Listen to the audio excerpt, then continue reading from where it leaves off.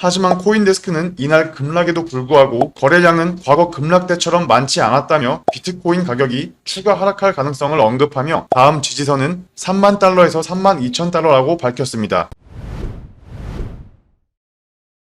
안녕하십니까. 코인일보의 도시킴 인사드립니다. 5월 6일 금요일 오늘의 암호화폐 브리핑 시작하겠습니다. 먼저 비트코인의 가격은 업비트 기준 원화로 약 4,750만원, 달러로는 36,400달러 부근에 머물러 있습니다. 비트코인은 엊그제인 4일 상승세의 모습을 보여주며 4만 달러에 근접하는 모습을 보여주는 듯 하다가 바로 어제 어린이날인 5일부터 급격한 하락을 시작하며 하루 만에 4,000불 상당의 가격이 빠져나갔습니다. 암호화폐 시장 시가총액 2위의 이더리움은 약 360만원, 시가총액 3위의 리플은 794원에 머물러 있습니다. 갑작스런 비트코인의 큰 하락으로 인해 하루 만에 큰 상승을 보여주었던 대부분의 알트코인들까지 큰 하락을 면치 못하고 있습니다. 어제 비트코인은 제롬 파월 연방준비제도 의장의 발언에 힘입어 6% 가까이 큰 상승을 보여주며 한때는 4만 달러를 돌파하기도 했었습니다. 뿐만 아니라 이더리움은 3,000달러 선을 시원하게 돌파하며 원화로는 380만원에 육박하는 가격대까지 상승하는 모습을 보여주었고, 나스닥과 S&P 500, 다우존스 지수까지 모두 3%에 가까운 상승 마감을 하며 긴축 재정으로 인해 한동안 얼어붙어있던 자산시장의 분위기를 풀어주는 듯 했습니다. 연준의 금리 인상치가 예상 범위 안의 움직임이었던 0.5%포인트를 발표한 데다 향후 0.75%포인트 금리 인상 가능성에 대해서도 고려하는 대상이 아니라고 말한 데서 시장이 안정성을 찾아가는 모습을 보여줬던 것으로 해석할 수 있겠습니다. 그런데 하루 만에 다시 투자 위축 심리가 커지며 암호화폐 시장은 물론 주식시장까지 전반적으로 큰 하락을 보여주고 있습니다. 나아가 암호화폐 시장의 하락세가 향후에도 꽤 오랫동안 지속될 것이란 전망까지 나오고 있습니다. 중국발 공급망 붕괴 위기와 러시아, 우크라이나 전쟁 등 굵직한 악재 요소들이 사실상 이렇다 할 해결책을 보여주지도 못했을 뿐더러 예상치 않의 움직임이긴 했지만 연준의 빅스텝 발표도 자산시장의 호재로 다가올 수 있는 소식은 아니었기 때문일 겁니다. 이제부터 말씀드릴 암호화폐 시장의 각종 호재 및 악재들과 그 외에 수많은 변수들로 인해서 암호화폐 시장은 급등 및 급락을 반복할 가능성도 여전히 있습니다. 투자의 손실을 최소화하기 위해선 차트 분석은 물론이거니와 폭넓게 시장을 바라보고 분석하며 각종 변수들에 알맞게 대응하는 것이 바람직하겠습니다. 그러기 위해 저희 코인일보에 항상 귀 기울여 주시기 바랍니다. 저희 코인일보를 통해 투자에 도움을 받고 싶으신 분들께선 영상 하단의 링크로 연락을 주시면 안전한 투자 방법에 대해 자세히 안내 드리도록 하겠습니다. 그런데 최근 들어 저희 코인일보를 사칭하는 업체들이 무분별하게 생겨나고 있습니다. 그렇기에 해당 영상의 하단에 있는 링크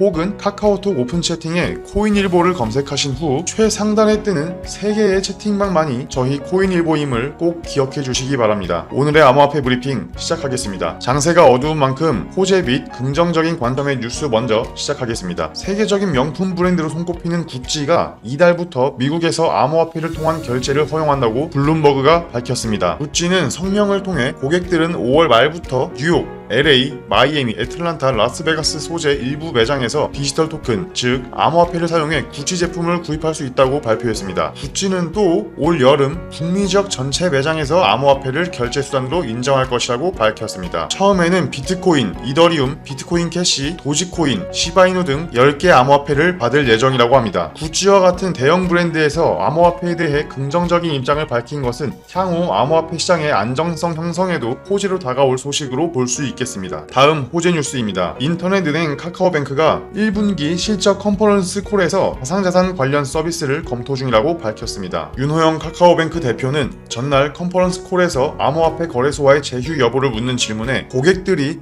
가상자산을 금융상품의 하나로 투자 관리하고 주요한 자산으로 여기고 있다며 가상자산은 어떠한 서비스, 비즈니스로 제공할지 긍정적으로 검토하고 있다고 답했습니다. 카카오뱅크 측은 구체적인 서비스를 언급하지 않았으나 시장에서는 카카오뱅크가 암호화폐 거래소의 실명 확인 입출금 계정을 제공할 것으로 관측하고 있습니다. 이어 가상자산을 활용한 서비스나 비즈니스를 할 수 있을지 긍정적으로 살펴보고 검토하는 단계라고 설명했습니다. 악재 및 부정적인 관점에 대한 뉴스입니다. 미국의 연방 상원의원들이 은퇴저축 포트폴리오에 비트코인을 포함시키려는 피델리티 인베스트먼트의 계획에 우려를 나타냈습니다. 현지 시간 5일 코인 텔레그래프에 따르면 민주당 소속의 두 상원의원은 피델리티 CEO에게 보낸 서한을 통해서 계좌에 비트코인을 포함시키려는 결정에 대해 우려를 전하며 이에 대한 설명을 요청했습니다. 이들은 서한에서 피델리티가 2017년 비트코인과 이더리움 채굴 작업, 암호화폐 거래소 코인베이스와의 계정 통합 등 암호화폐 시장에 깊이 관여하고 있음을 언급하며 새로운 계획의 이해 상충 가능성을 지적했습니다. 이들은 암호화폐에 투자하는 것은 위험하고 투기적인 도박이며 피델리티가 수백만 미국인의 노후 저축으로 이러한 위험을 감수하려는 것을 우려한다고 밝혔습니다. 다음 뉴스입니다. 간밤 뉴욕 증시가 폭락한 가운데 미 증시와 밀접한 상관관계를 보여온 비트코인 가격도 급락했습니다. 연준의 금리 인상 결정 이후 안도 랠리를 펼치며 일시적으로 4만 달러를 넘어섰던 비트코인의 가격은 상승폭을 모조리 반납하며 36,000달러 선으로 밀려났습니다. 또한 비트코인 가격이 급락하며 지난 3개월 거래 레인지의 하단이자 지지선인